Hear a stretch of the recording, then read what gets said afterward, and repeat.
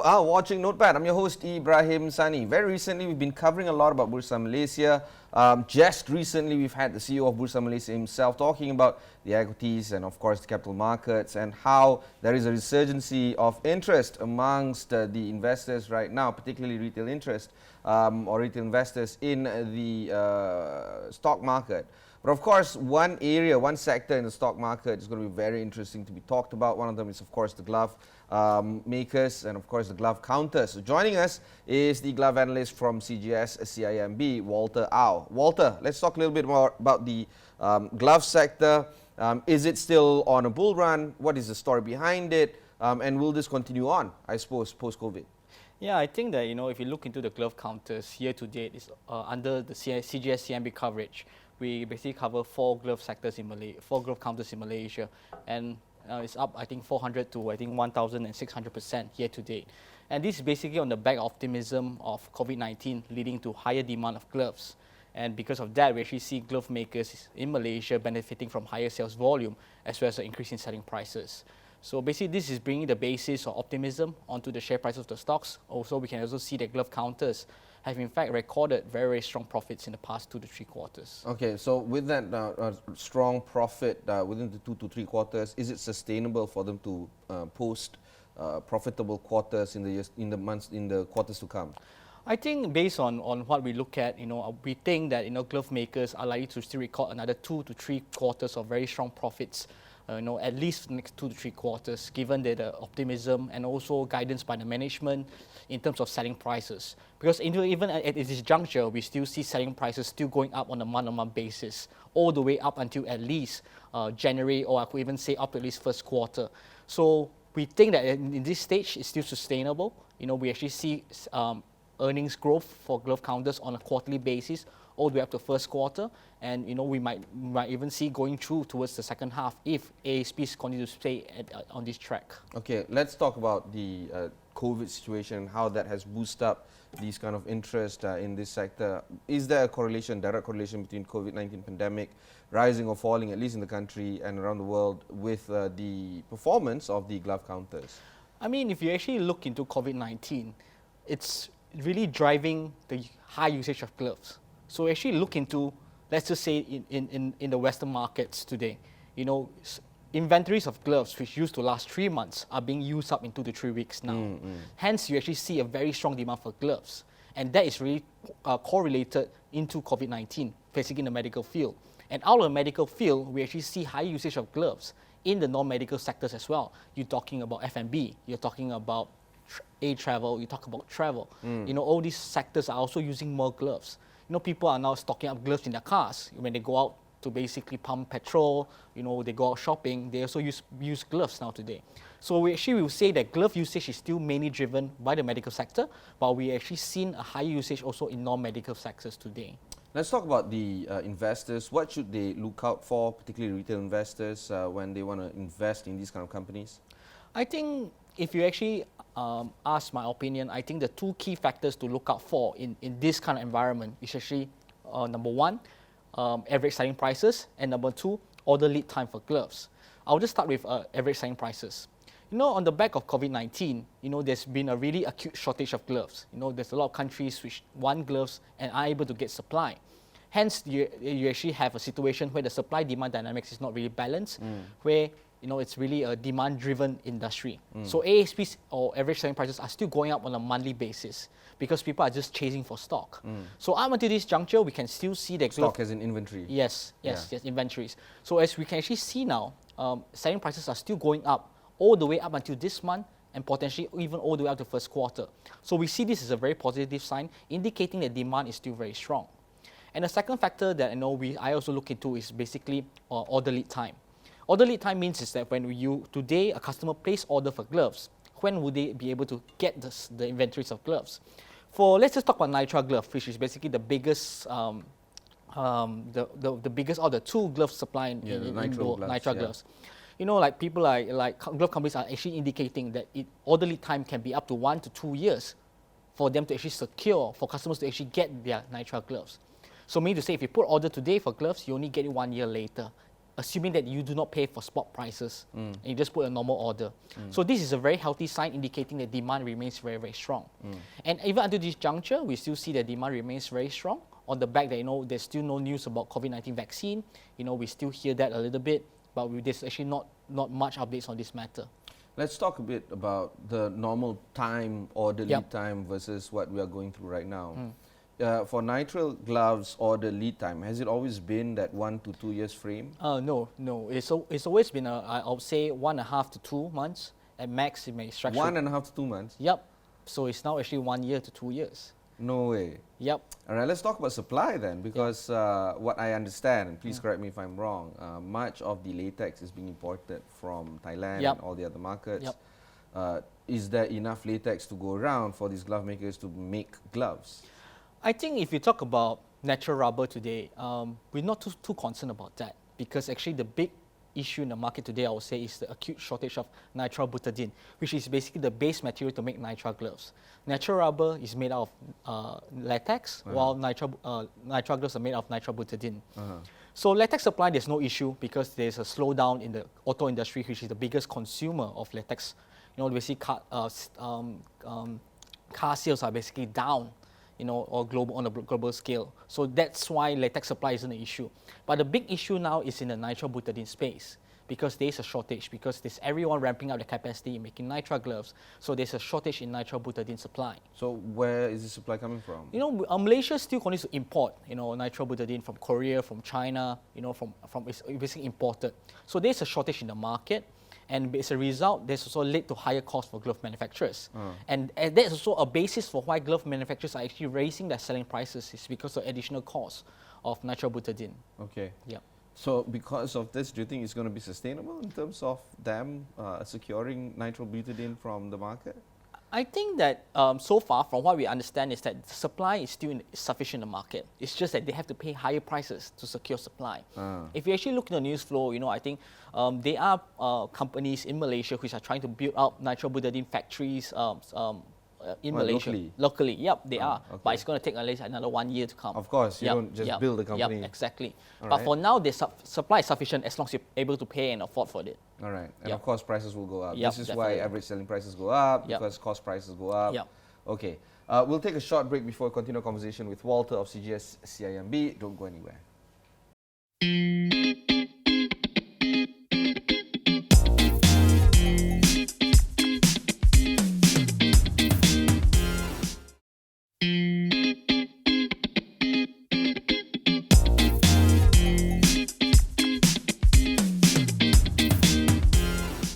Thanks for staying on with us. We're talking about the glove sector. So if you are thinking about looking at the glove sector, investing in it, these are the kind of interviews that you want to watch, particularly when we have in the studio with us a glove analyst from CGS CIMB, Walter Au. We've spoken a little bit about the idea of doing business inside the glove sector. Let's talk a little bit more about the demand side from gloves, particularly the long-term demand. What's the story there?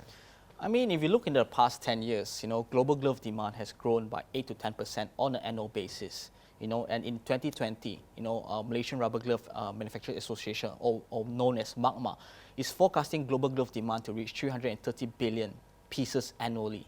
You know, and this is a very significant growth comparative to 297 billion in 2019. So basically, I think, you know, this is spurred by basically higher demand due to COVID-19. But post-COVID-19, or even post a vaccine being found for COVID-19, we also expect global glove demand to grow above average rate of 8 to 10%, which I mentioned just now. This is mainly driven by higher usage in the medical sector and also more prevalent usage in F&B sectors and non-medical sectors. Because you actually see that a lot of countries, you know, around the world today, especially countries with very high population, countries like India, China, they actually have very low glove usage per capita. Oh. Yeah, they have very low glove usage per capita. For example, it's maybe like 4 to 6 pieces per million. Okay. 4 to 6 pieces per capita, compared to the US of above 100 plus. Like, for instance, Malaysia? Malaysia, there's not really a lot of stats being used, but actually, if you actually go to Malaysian hospitals, you know, when you're sick, you know, a GP touches you, he doesn't really use a piece of glove. And in the US, as long as you're examined, you have to use a piece of glove. And every time a new patient comes in, they have to change their pair of gloves. In Malaysia, you usually don't see this kind of culture. So with countries improving their healthcare awareness, healthcare policies are improved, people start to be aware of all this, how viruses, bacteria are spread, glove usage are going to go rise. And you have these kind of pandemics actually drive higher healthcare awareness, you actually drive higher healthcare spending in countries, and these are the reasons why we think that global glove demand are going to grow more than just 8 to 10%, which we've seen in the past 8 to 10 years. Let's talk a little bit about regulation. Very recently, the US CBP has revoked with release order of disposable rubber gloves. Do you think that these kind of orders coming in from the regulatory bodies around the world, particularly those coming from the US, is going to impact how our glove makers are exporting their inventory? I think that the whole issue with CBP is that they are actually looking at the issue of basically labor abuse. They are looking into how glove manufacturers, or even I'll say the whole Malaysian industries, manufacturers of whole, are actually treating their workers, whether they are compensated fairly, whether there are certain costs involved when they come to work to Malaysia. So I think glove makers, you actually see a lot of glove makers, in fact, have already implemented zero recruitment fee policies beginning 2019. It's just that when they're looking back at all these cases, they're looking back prior to 2019. So I think glove makers have already embarked on remediation exercises. They're looking to compensate their workers for some of this recruitment fee that they paid before they come to Malaysia. So I think they are, in fact, trying to solve this issue. I think Top Glove, Hatta Lega, Kosan, some of the glove manufacturers have already announced remediation exercises, fees which will be paid out to their workers across the next 18 to 24 months, in terms of these fees. How important is the US market for these glove makers? I mean, I would just say that US and Europe are the bellwether of the glove industry because of the high glove usage per capita. So I would say the US market is very essential to the whole world, in terms of glove usage because they basically use a lot of gloves. So hence, it's very important for them to solve these issues because FDA is looked as a standard in the industry. So by having a FDA approval or CBP, this will actually impact because you just look in the case of Top Glove. When CBP actually put a ban onto import ban from Top Glove products, you actually see some countries following suit. Like they start to look back into whether there's a certain case of labor abuse. So I would say that they are the barometer. They're a very important part of the glove industry. This, of course, impacts the cost of production. And just now you were alluding to some of the raw materials rising in terms of average selling prices. We've seen how cost in terms of staff or workforce or labor force is going to be impacted. Overall, what would be some of the components of the cost of making a pair of gloves? Is it really substantial to a point where glove prices are just going to go up and up? I think that let's just look into just like raw material costs. Raw material costs makes up around 45 to 50% of total production cost total production costs. But that is actually more than offset by higher selling prices today. Because you look at it, raw material prices is maybe up 20, 30% year to date, but average selling price is up more than 100%. So I think that the increase in selling prices have more than offset, increase in costs, and that has led to the margin expansion being experienced by glove makers today. So definitely, costs today, the rising costs are being able to be offset by higher selling prices. But in the long run, if costs are going to go up, they're going to have some impact onto margins of the sector in the long run. So I think that labor issue is going to be an issue that we have to look out for in the sector in the long run, whether the glove sector are able to expand. Because especially when you expand, you actually need foreign workers.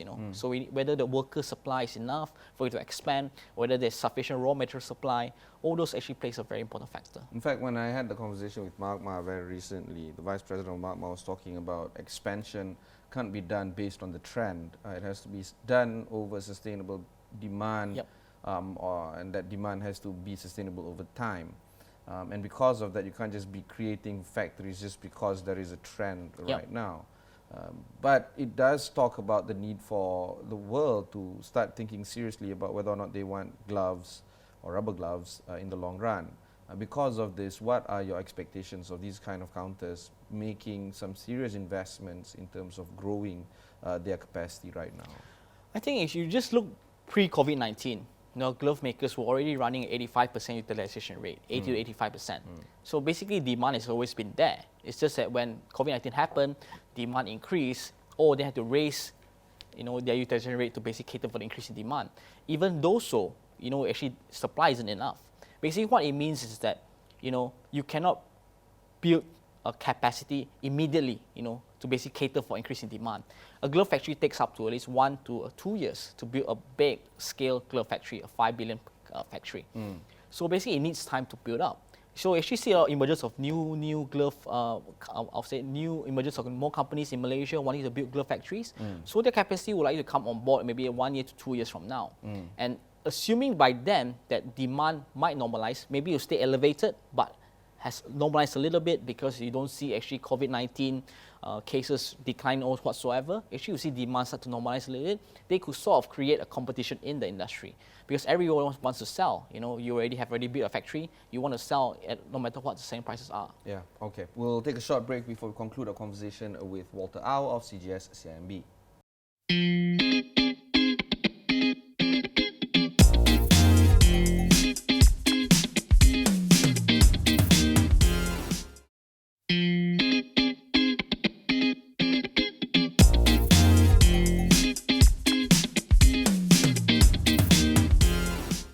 Thanks for staying on. I have with me Walter Au, a glove analyst of CGS CIMB. Let's talk about the near-term outlook right now. Do you think that there's going to be an interesting horizon sitting in front of us, particularly when we talk about budget that is happening next month? We've talked about how this is the first few weeks of the fourth quarter and how cases are rising triple digits. In fact, very recently it was 200 plus cases, 100 plus cases like sustained.